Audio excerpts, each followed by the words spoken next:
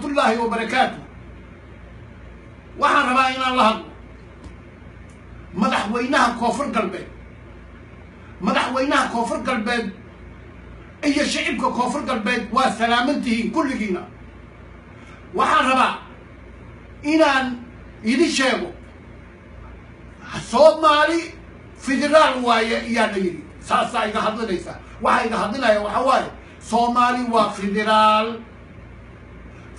waxaa loo noqday in dowladda la gaarsiiyo meel walba. saas wax walbay ku cad yihiin dastuurkaa ku yaal. waxaan rabaa mas-uulkiyow ninkii mas-uulka ahayow oo madaxweynaha Shariif Xasan Sheekh Aadan adigaan toos kula hadlayaa, dadka kalena waa ay maqlayaan, caalamkana ha i maqlo. meesha ay dadku keensadeen dad waxtar leh oo lowriyaata oo la yaqaan meesha ay keensadeen, idinku dad kale ayaad beeraha ka raadiseen baa la yidhi. waana la idin sugayaa. hawiye iyo daarood waxay keensadeen dadkoodii waxtarka ahaa. Faroole iyo Cabdiqaydiid baa la isugu geeyay aqalka sare. idinkuna nin beeraha ka yimid ayaad geyseen aqalka sare. waxaan rabaa eedaas ninka loo raaci doono nin kale ma aha Shariif Xasan Sheekh Aadan baa loo raacayaa. wallaan loo raacaynin odayaasha iyo malaaqyada iyo dadkaas ma loo raacayo.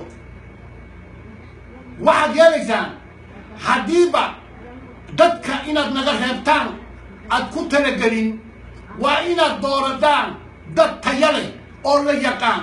digni mirifle Amerikay wax baraan, waar Ingiriiskay wax baraan oo jaamiciin bay leeyihiin. dad barfasoorra ah ayaa jooga, dad wax tari karaa jooga, dad yani dadkaas kor u soo qaadi kara ayaa jooga.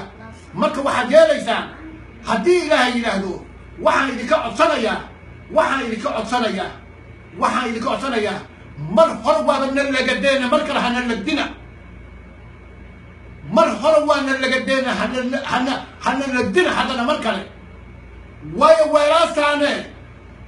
weeraasaane dadkii walkasaaye buuhan barfasooro qabtaan, way qabtaan jaamiciina qabtaan. dadkan isin barnaamijha ku ururiyo haytaan isku dhaafa. way dhahaa anigan ku digaye dadka digri mirifleega ama koonfur galbeed dadka